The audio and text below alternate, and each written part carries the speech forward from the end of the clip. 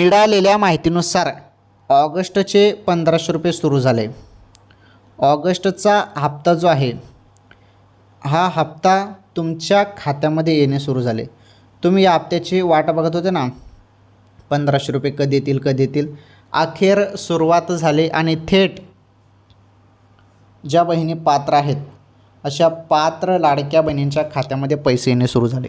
हो, व्हिडिओला लाईक करा, सांगतो सर्व. हे बघा, जुलैचा हप्ता आल्यानंतर तुम्ही सर्वजण आता विचारत आहे की ऑगस्टचा हप्ता कधी येईल. अजून सुरुवात झालेली नाही, परंतु पैसे कधी मिळतील ते मी तुम्हाला सांगू शकतो. तुम्हाला गणेश उत्सवात पैसे दिले जाणार आहेत.